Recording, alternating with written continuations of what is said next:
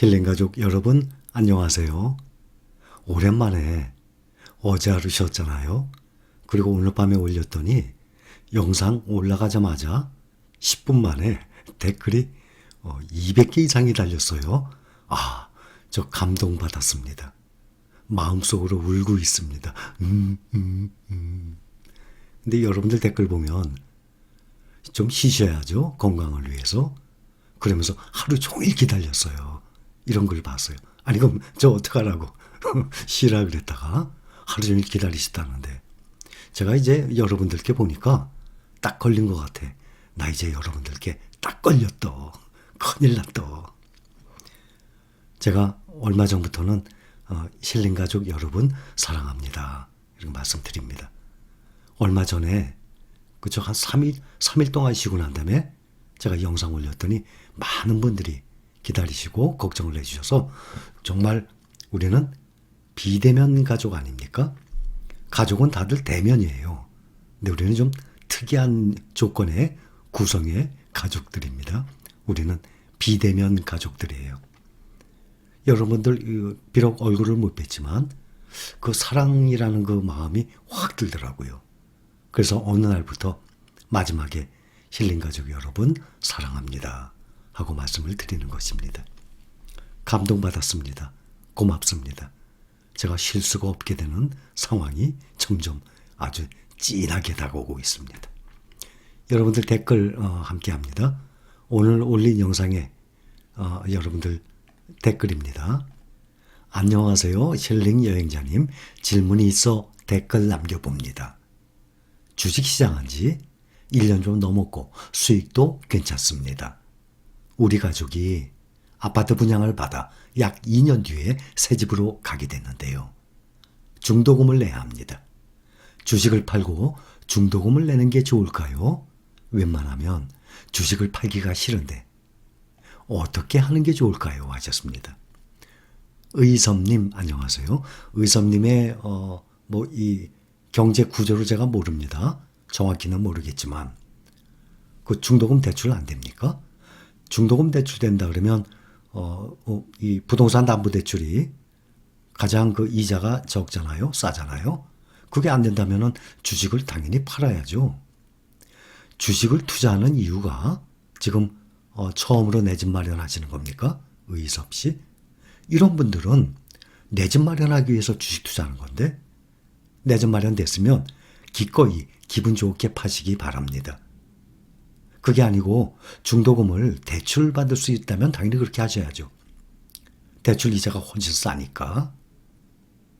그런데 주식 팔기 싫어도 내 집 마련이니까 여러분 집값이 얼마이든 간에 집이 없는 분들은 집이 크든 작든 비싸든 싸든 내 집 마련은 꼭 하셔야 돼요.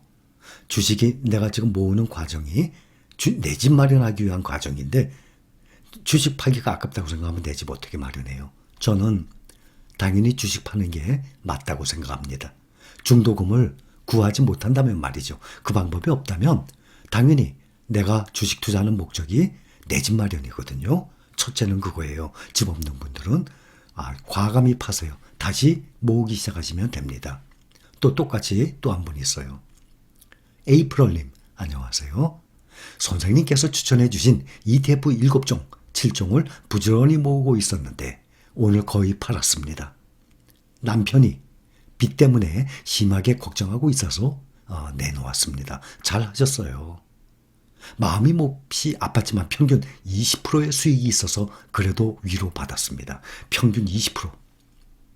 시작하신 지 얼마 안 되셨죠? 1년이 넘었다면 30, 50 이상 나왔을 겁니다.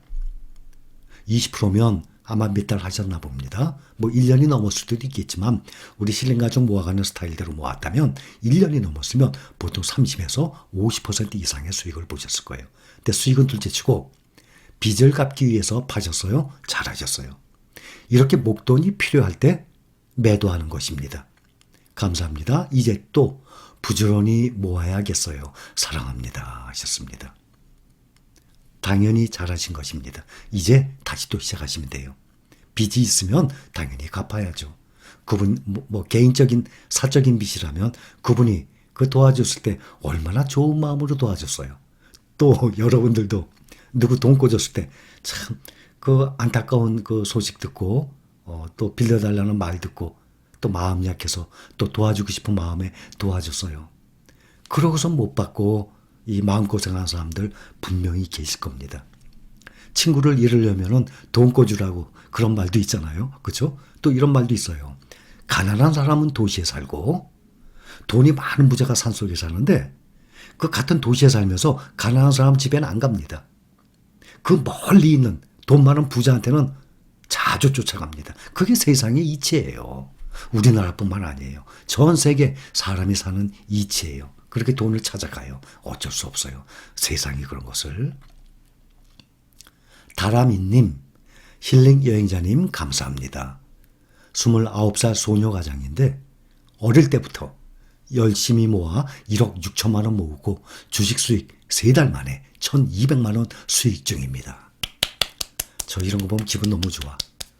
제 노후는 3억이면 되겠지만 일 안 하는 백수 동생과 엄마를 책임지려면 저는 남들보다 아직 더 노력해야 하네요 하셨습니다. 29살 이제 곧 30 되시죠? 그런데 1억 6천 모아서 잘하셨어요. 1억 6천 모으는 과정에 얼마나 알뜰살뜰 절약하면서 살았겠습니까? 3달 만에 1,200만 원 수익이에요. 1,200만 원? 1,200만 원을 벌려면 내가 몇 달 동안 얼마나 열심히 일을 해야 됩니까? 몇 달 동안 일한 게 1,200인데 그 1,200의 순수익이 나오려면 몇 달 동안 먹고 사는 거 그거 빼고 나머지 모아서 1,200만 만들어 보세요. 그러면 한 달에 100만 원씩 모아야 되는 건 아닙니까? 1년을 기다려야 돼요. 이게 돈의 힘이에요. 1억 6천 가지고 1,200을 만드는 거예요. 잘하셨습니다. 이렇게 젊었을 때부터 이렇게 주식에 투자를 하게 되면 앞으로 10년, 20년, 30년 노후 보장됩니다. 분명히 보장됩니다. 꼭 그렇게 하셔야 됩니다. 잘하셨어요. 그러니 지금 내 집 마련해서 중도금 내려고 집 팔아야 돼. 주식 팔아야 돼. 예, 파세요. 그러기 위해서 주식 모으는 겁니다. 잘하셨어요. 또 큰 빚을 갚으셨어요. 잘하셨습니다. 다시 또 모으시면 됩니다. 또 소녀가장 정말 잘하고 계시는 겁니다. 나중에 10년, 20년 후에 보세요. 소녀가장분이 투자하신 돈 엄청나게 몇 배로 불어날 것입니다. 자, 이번에는 세금 문제 다시 설명드릴게요. 선생님, 지난 영상들을 보다 보니 세금 관련 영상이 있던데 3번, 4번 반복해서 돌려봐도 이해가 잘 안 되는 부분이 있어서 여쭙니다. 투자 금액이 큰 경우는 수익금이 2천만 원 넘어가면 종합과세 대상이므로 해외 지수 추종 국내 상장 ETF, 예를 들어서 미국 필반나 또 그리고 해외 직접 투자 SOX 두 군데로 나눠서 투자하는 것이 좋을 거라고 하셨는데요. 어차피 둘 다 해외 지수 추종 ETF라 해외 주식 세금률로 적용되는 거 아닌가요? 자, 두 개로 나눠서 설명드릴게요. 수익금이 2천만 원 넘어가면 종합과세 내년 말까지예요. 후년부터는 잊으세요. 없어져요. 완전히 분류과세가 됩니다. 그러니 수익금이 2천만 원이든 2억이든 종합과세에 해당 안 됩니다. 그러니까 이것은 내년까지만이에요. 헷갈리는 거 없죠? 후년부터는 종합과세에 얼마큼이 수익이 나든 간에 종합과세라는 것 자체가 없어요. 거기에 포함이 안 됩니다. 그러니까 내년 말까지만이에요. 됐죠? 2천만 원에 대한 2천만 원 넘어가면 종합과세에 해당 또 된다는 거 내년 말까지. 후년부터는 없어진다고 생각하세요. 자, 이거 하나 됐죠? 또 하나. 어차피 둘 다 해외 지수 추정 ETF라 해외 주식 세금률로 적용되는 거 아닌가요? 네, 후년부터 2천만 원 넘어가면 종합과세 이제 없는 거죠. 똑같이 후년부터는 250만 원만 공제하고 그리고 수익금에서 250만 원 공제 후 나머지 수익이 난 금액에서 22% 세금 내는 게 국내에 원화로 투자하든 미국에 직접 투자하든 나스닥 100에 원화로 투자하든 QQQ에 달러로 투자하든 똑같이 적용돼요. 후년부터. 근데 내년 말까지만은 달라요. 그동안처럼 2천만 원 넘어가면 종합과세가 내년 말까지죠. 내년 말까지는 원화로 투자하게 되면 15.4% 세금을 내요. 해외는 그대로 250만 원 공제하고 22%. 그것은 내년 말까지도 똑같고 후년도 똑같고 지금까지 하고 앞으로 하고 똑같아요. 외국에 직접 달러로 투자하는 것은 변함이 없어요. 그런데 원화로 미국 주식에 우리 가족분들 투자하시죠? 그게 달라진다는 거예요. 원화로 S&P 500, 필반나 또 뭐 나스닥 100 투자하고 계시죠? 또 중국 마찬가지예요. 차이나 전기차도 마찬가지예요. 해외 투자하는 거니까. 그 원화로 해외 투자하는 것은 내년 말까지는 15.4% 얼마 공제가 없고 15.4%를 그냥 공제해요. 수익에서. 그리고 나오는 거예요. 통장에 들어와요. 내년 말까지. 그리고 2천만 원 넘어가면 종합과세에 해당돼요. 내년 말까지. 그런데 후년부터는 종합과세 없어집니다. 2천만 원 넘어가도. 후년부터는 원화로 하든 해외 직접 하든 해외 직접 하는 거하고 똑같이 적용한다는 거예요. 이해를 하시죠? 이 정도 설명드리면 웬만큼 이해가 되실 텐데 이해가 만약에 이래도 안 된다 그러면 일단 수익 많이 보세요.